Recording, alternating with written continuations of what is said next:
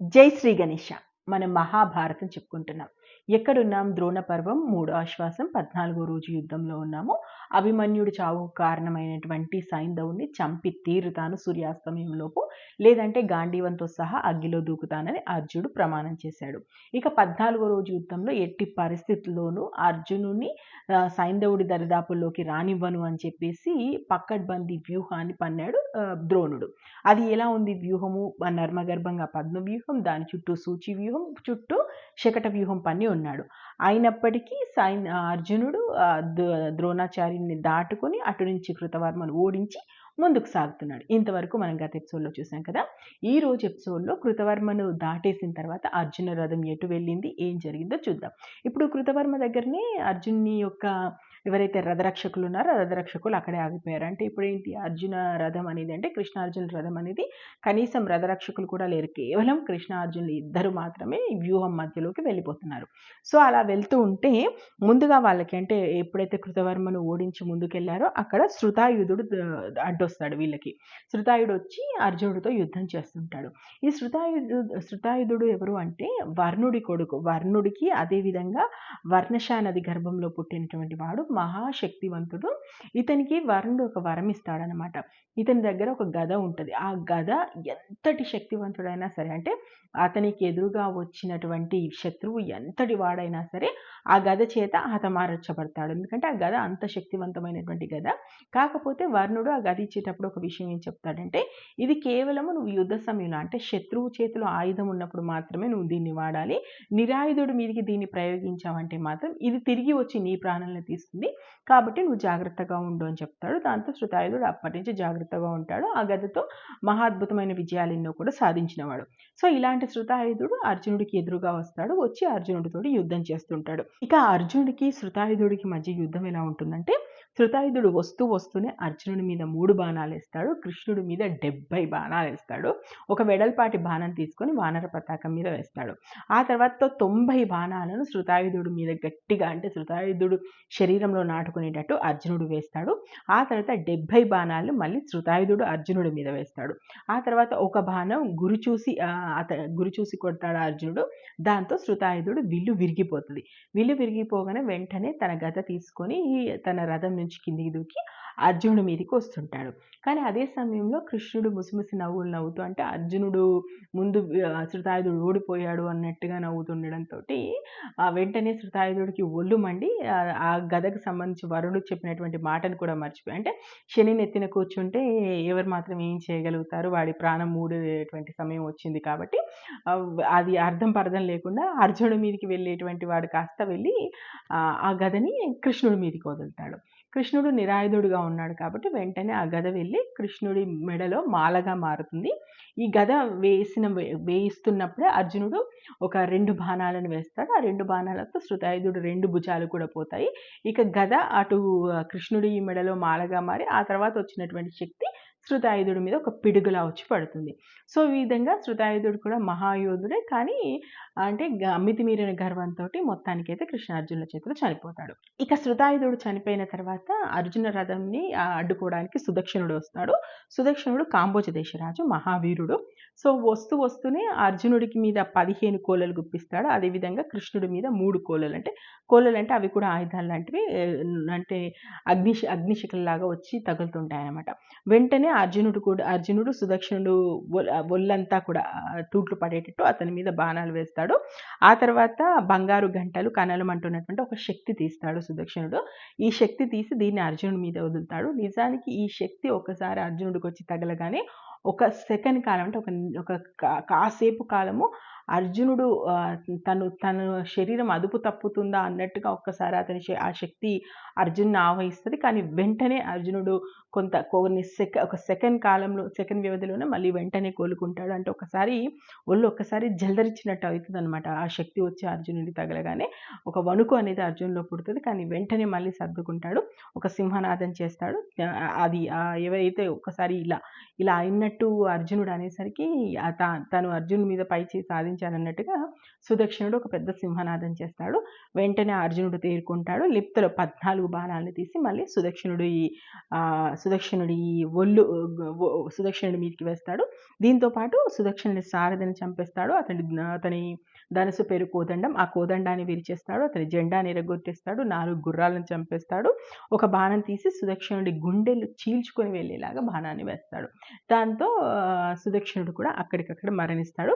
సుదక్షిణుడు మరణించిన తర్వాత సురసేన, శిబి, వసాతి దేశాలు ఉన్నటువంటి ఎవరైతే సైన్యాలు ఉన్నాయో అవన్నీ కూడా వచ్చి గట్టిగా అర్జునుని చుట్టుముడతాయి. ఎంతమంది అంటే ఒక క్షణకాలంలో 600 మంది చనిపోయే రకంగా, అంటే 600 రథాల మీద ఉన్నటువంటి రధికులు చనిపోయే రకంగా అర్జునుడు బాణాలు వేస్తుంటాడు. అంటే ఆ రకంగా ఆ సైన్యం అనేది ముందుకు వస్తుంటుంది. అద్భుతంగా అంటే గాంధీవాన్ని సంధించి అద్భుతమైనటువంటి యుద్ధం ఇక్కడ అర్జునుడు చేస్తుంటాడు. ఇక అక్కడి నుంచి ముందుకు వెళ్ళిన తర్వాత శృతాయు, ఆయుతాయు అనేటువంటి 2 రాజులు వస్తారు. ఈ 2 కూడా మహావీరులు.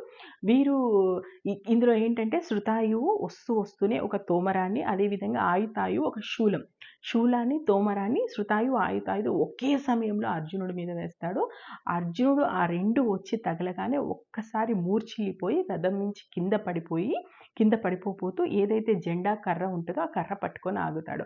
అసలు ఒక్కసారి అర్జునుడు రథం నుంచి కింద పడిపోతుండడంతో కౌరవ సైన్యం అంతా కోలాహలంగా ఓ ఓ ఓ ఓ అని చెప్పేసి అరుపులు, కేకలు పెడుతుంటుందన్నమాట.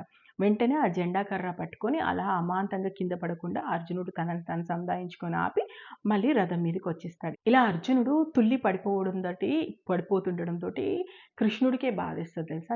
కృష్ణుడే అనుకుంటాడు మనసులో, అయ్యో బాబాయ్ పాపం ఒక్క అర్జునుడు లక్షలాది మంది చుట్టుముట్టి అతన్ని తరుముతున్నారు, అతనితో యుద్ధం చేస్తున్నారు, అలసిపోతున్నాడు, ఎలా అర్జునుడు అనుకున్న లక్ష్యాన్ని చేరతాడు అని చెప్పేసి వెంటనే వెనక్కి తిరిగి, అర్జున నువ్వు సరిగ్గా ఉన్నావా, నీకేం కాలేదు కదా, నువ్వు యుద్ధం చేయగలుగుతావా అనగానే వెంటనే అర్జునుడు మళ్ళీ ఒక సెకండ్ వ్యవధిలోనే తనను తాను సర్దుకొని, బావా నాకేం కాలేదు, నేను యుద్ధం చేస్తాను అంటాడు. సరే ఇంకా ఆలోచిస్తున్నావేంటి, వెంటనే ఇంద్రాస్త్రాన్ని ప్రయోగించు అంటాడు.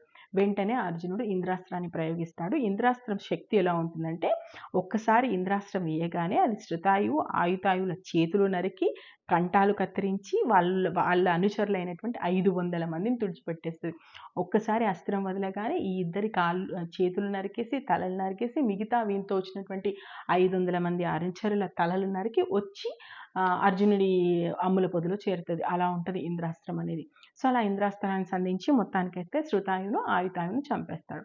చంపేసి మళ్ళీ కొంచెం ముందుకు వస్తుండడంతో దీర్ఘాయు, నియతాయు అనేవాళ్ళు శృతాయు, ఆయుతాయు ఒక పిల్లలు. తమ తండ్రుల్ని తమ కళ్ళ ముందే అర్జునుడు చంపడంతో విపరీతమైనటువంటి కోపంతో అర్జునుడి మీదకి వచ్చి కలబడతారు. వీళ్ళ కోపం సరైనదేమో కానీ వీళ్ళకి అర్జునుడిని ఎదిరించేటువంటి శక్తి లేదు. వెంటనే అర్జునుడు ఒక 2 బాణాలు తీసి వీళ్ళిద్దరిని కూడా, అంటే వాళ్ళ సారథుల్ని, వాళ్ళ గుర్రాలని చంపేస్తాడు, వాళ్ళ తలల్ని ఎగరగొట్టేస్తాడు. దీంతో దీర్ఘాయు, నియతాయు కూడా చనిపోతారు. మళ్ళీ కొంచెం ముందుకు వచ్చేసరికి కళింగులు, దక్షిణాది వాళ్ళు, అంగదేశం వాళ్ళు, మ్లేచ్చులు, బాహిలికులు, యవనులు, పారదులు, శకులు, బార్బరులు వీళ్ళందరూ కూడా పెద్ద పెద్ద ఏనుగు సైన్యంతో వచ్చేసి మొత్తం అర్జునుడిని చుట్టుముడతారు. దీంతో అర్జునుడు ఒక గాంధీవాన్ని సంధిస్తుంటే ఒక్కొక్క బాణానికి కొన్ని 10, 100 సంఖ్యలో తలలు ఎగిరిపోతూ ఉంటాయి. అంతమందిని చంపుతున్నా కూడా వాళ్ళు అదే రకంగా వస్తూ ఉంటారు. అసలు అర్జునుడికి ఇంకొక పేరుంది, బీభత్సుడు అని. ఎందుకంటే యుద్ధంలో భయాన్ని సృష్టిస్తాడు, అంటే భయానక వాతావరణాన్ని సృష్టిస్తాడు కాబట్టి ఆ పేరు. కానీ అర్జునుడే భయపడిపోతాడంట వాళ్ళు వస్తుండడం దాన్ని బట్టి. దాంతో కృష్ణుడితో అంటాడు అర్జునుడు, ఏంటి బాబా వీళ్ళు చావడానికంటే వాళ్ళ ముందున్న వాళ్ళు చనిపోతుంటే కూడా ఎలాంటి అది లేకుండా, జంకు బొంకు లేకుండా ఏదో చావడానికే వస్తున్నట్టు, ప్రాణత్యాగం చేయడానికి వస్తున్నట్టు అలా వచ్చేస్తూనే ఉన్నారు, ఎవ్వరు కూడా వెనకడుగు వేయడం లేదు. అంటే అసలు ఈరోజు అందరి లక్ష్యం ఒక్కటే, ఎట్టి పరిస్థితుల్లోనూ అర్జునుడు జయద్రథుని చేరొద్దు. అర్జునుడు జయద్రథుని చేరకపోతే అర్జునుడే అగ్గిలో దూకి చచ్చిపోతాడు. ఒకసారి అర్జునుడు చనిపోయాడంటే ఇంకా యుద్ధం అనేదే ఉండదు. ఎలాగో ధర్మరాజు అర్జునుడికి ఏమన్నైతే యుద్ధం చేసే పరిస్థితి ఉండదు కాబట్టి, సో ఎలా అయినా సరే ఈరోజు అర్జునుని జయద్రథుడిని దగ్గరికి పోకుండా ఉండడానికి ప్రతి ఒక్కరు కింద, అంటే ఎవరైతే పదర బట్టలు ఉంటారు కదా, అక్కడి నుంచి మహారాజుల వరకు కూడా ప్రతి ఒక్క ఒక్కరి లక్ష్యం ఒకటే ఉంటది. ఎట్టి పరిస్థితుల్లోనూ ఆ అర్జునుడిని అటువైపు జయద్రథుడి వైపుగా వెళ్ళనివ్వకుండా ఉండడానికి తమ ప్రాణాలు అడ్డేస్తూ ఉంటారు. వస్తూ ఉంటారు, చస్తూ ఉంటారు. ఎవ్వరు అంటే తమ ముందు వాళ్ళు చనిపోతున్నా, చేస్తున్నా జంకు, బొంకు లేకుండా అలా వచ్చి అర్జునుడి మీద పడుతూనే ఉంటారు. అర్జునుడు గాంధీవాన్ని సంధించి ఏస్తూనే ఉంటారు. అసలు కృష్ణార్జునులు చూస్తుంటే అసలు కృష్ణుడు అలా వెళ్తుంటే అర్జునుడు వేస్తున్నటువంటి అంటే ఒక్కొక్కసారి వరుణుడిలా కనిపిస్తుంటాడు. అంటే వర్షం కురిపిస్తుంటాడు. వర్ష బాణాలు కురిపిస్తుంటాడు. ఒక్కొక్కసారి అగ్నిదేవుడిలా కనిపిస్తుంటాడు. అలా అగ్ని సృష్టిస్తుంటాడు. మరోసారి పెనుగాలను సృష్టిస్తుంటాడు. అసలు అన్ని ఆయనకున్నటువంటి విద్యలన్నీ అక్కడ ప్రదర్శిస్తూ ఉంటాడు. వేసి వాళ్ళ నుంచి అంటే ఆ సైన్యాన్ని చీల్చుకొని ముందుకెళ్ళేటువంటి ప్రయత్నం చేస్తూనే ఉంటారు. వాళ్ళు వచ్చి అడ్డుకుంటూనే ఉంటారు.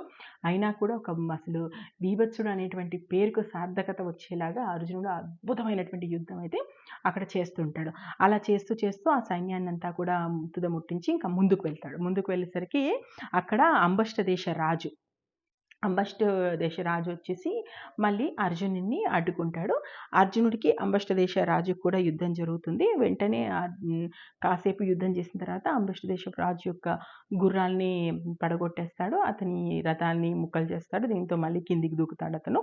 ఒక పెద్ద గద తీసుకుంటాడు. అతను ఇటు కృష్ణార్జునుల మీదకి ఉరికొస్తుంటాడు. వెంటనే ఆ గదని సగంలోనే కొట్టేస్తాడు అర్జునుడు. ఆ తర్వాత మరో గద తీస్తాడు. దాంతో మళ్ళీ చేతిలో ఉన్నటువంటి గదని చేతిలోనే ముక్కలు చేస్తాడు. ఆ తర్వాత మళ్ళీ ముందుకొస్తున్నటువంటి అంబష్టుడి యొక్క రెండు భుజాలు కూడా ఎగిరిపోయేలాగా 2 బాణాలు వేస్తాడు. ఆ తర్వాత ఒక బాణం వేసి అతని కంఠాన్ని నరికేస్తాడు. సో ఇలా అంబష్టుడు కూడా చనిపోతాడు. సో ఇప్పటి వరకు ఎలా జరుగుతుంది అర్జునుడి యొక్క యాత్ర? ద్రోణాచార్యులను తప్పించుకున్నాడు. కృతవర్మను మూర్చిపోయేటట్టు చేశాడు. శృతాయుధుని చంపేశాడు. సుదక్షిణుని చంపేశాడు. ఆయుతాయుని చంపేశాడు. అంబుష్టరాజుని చంపేశాడు. అసలు నిర్విరామంగా నిరాటంకంగా అర్జునుడి యొక్క ఈ జేత్రయాత్రలాగా అది ముందుకు సాగుతూనే ఉంది. ఇది చూసి ఇప్పుడు దుర్యోధనుడికి ఒళ్ళు మండుతుంది. అంటే అతని ఒంటి మీద తేళ్లు జర్రులు పారినట్టే ఉంటుంది. ఏంటిది ఈ గురువుగారేమో పెద్ద పెద్ద మాటలు చెప్పారు. ఎట్టి పరిస్థితిలోనూ అర్జునుడు ముందుకు రాలేడు. ఈ రోజు విజయం మనదే. అర్జునుడు ప్రతిజ్ఞ నెరవేర్చుకోలేడని చెప్పేసి పెద్ద పెద్ద గంభీరాలు పలికాడు. ఈ అర్జునుడు చూస్తేనేమో అసలు చిచ్చరపిడుగులా చొచ్చుకొని పోతున్నాడు. అర్జునుని ఆపే శక్తి ఎవరికి లేదన్నట్టుగా ముందుకు పోతున్నాడు. అసలు ఈ గురువుగారు ఏం చేసినట్టు? అసలు నిజంగా నేను ద్రోణాచార్యులని నమ్మొచ్చా లేదా? ఎందుకైనా మంచిదే. ఈయనకి ఎక్కడ లేని ప్రేమ అర్జునుడు అంటే. అర్జునుడు చనిపోతాడంటే ఈయన నిజంగానే నాతో ఏమైనా ఆటలాడుతున్నాడా? కావాలనే అర్జునుడిని వదిలేస్తున్నాడా? లేకపోతే ద్రోణాచార్యులేంటి? ద్రోణాచార్యులను తప్పించుకొని అర్జునుడు రావడం ఏంటి? ఇదంతా జరిగేదా? కేవలం కావాలని ద్రోణాచార్యులు ఇదంతా చేస్తున్నారు. నా వైపు ఉన్నట్టుగా ఉన్నాడు. నిజానికి ద్రోణాచార్యులు పాండవుల మనిషి అని చెప్పేసుకొని లోపల బాగా గులుక్కుంటూ అసలు ఈ ద్రోణాచార్యుల సంగతి చెప్తాను నేను. అసలు ఆయన ఎక్కడున్నాడు? నిజంగా ఆయన నన్ను నమ్మించి మోసం చేస్తున్నాడా ఏంటని చెప్పేసి కోపంగా ద్రోణాచార్యుల వైపు బయలుదేరతాడు. మరి ఇప్పుడు దుర్యోధనుడు ద్రోణాచార్యులతో ఏం చెప్పాడు? ఆ తర్వాత ద్రోణాచార్యులు ఏం చేశాడు? అసలు 14వ రోజు యుద్ధంలో ఏ రకంగా మనకు సైంధవుడు వరకు అర్జునుడు వెళ్ళే వరకు ఎన్ని కీలక మలుపులు తిరుగుతుంటుందో కదా. సో అదంతా కూడా మనం 1 by 1 చెప్పుకుందాము. ఇప్పుడు నిజంగా ఎంత అద్భుతం కదా ఇది. ఎందుకంటే కృష్ణార్జునుల రథానికి కనీసం రథరక్షకులు కూడా లేరు. అక్కడ ఎవ్వరూ లేరు. ఒక్క అర్జునుడు మాత్రమే యుద్ధం చేస్తున్నాడు. చుట్టూ అతని రథరక్షకులు లేరు. అక్కడ ఉన్నటువంటి కృష్ణుడు ఏం ఆయుధం పట్టుకొని ఉన్నవాడు కాదు. మహా వీరులందరూ వచ్చి యుద్ధం చేస్తున్నారు. లక్షలాది సైన్యం వచ్చి అర్జునుడి మీద పడుతుంది. అయినా కూడా అర్జునుడి గుర్రానికి కానీ, అర్జునుడి చక్రానికి కానీ, అర్జునుడి రథానికి కానీ, అర్జునుడి వానర పతాకానికి కానీ, ఇటు కృష్ణుడికి కానీ, అటు అర్జునుడికి కానీ ఎవరికి ఏమీ జరగకుండా అంత అద్భుతంగా ఎలా ముందుకు సాగలుగుతున్నారు? అది కేవలం కృష్ణుడి యొక్క లీల. తెలుసు కదా, ఆ ముందు రోజు ఎప్పుడైతే అర్జునుడు యుద్ధానికి బయలుదేరుతున్నాడో అప్పుడు కృష్ణుడు అర్జునుడి రథం చుట్టూ ఒక మంత్రోచ్చరణ చేస్తూ ఒక 3 ప్రదక్షిణలు చేస్తాడు. ఆ మంత్రశక్తి అర్జునుడి రథాన్ని కాపాడుతూ ఉంటున్నాడు. ఎవ్వరు లేకపోయినా ఒక్క అర్జునుడు తనను తాను రక్షించుకుంటూ, తన రథాన్ని రక్షించుకుంటూ, తన రథసారథిని రక్షించుకుంటూ, తన గుర్రాన్ని రక్షించుకుంటూ ఇంతమందితో యుద్ధం చేయగలిగినటువంటి శక్తి అర్జునుడికి వచ్చిందంటే అది కేవలం కృష్ణుడి వల్లే. ఆ తర్వాత అర్జునుడు ఏ విధంగా యుద్ధం చేస్తాడు, కృష్ణలీల ఏ విధంగా సాగుతుంది, మనం రానున్న ఎపిసోడ్స్లో చూద్దాం. నేను మహాభారతం ఉన్నట్టుగా చెప్తున్నాను. మీకు నచ్చితే ఆశీర్వదించండి. మహాభారతంలో ఇప్పటి వరకు ఏం జరిగిందో తెలుసుకోవాలనుకుంటే మన ఛానల్కి వెళ్ళండి. మహాభారతం ప్లేలిస్ట్ ఉంది, చూడండి. Thank you. జై హింద్.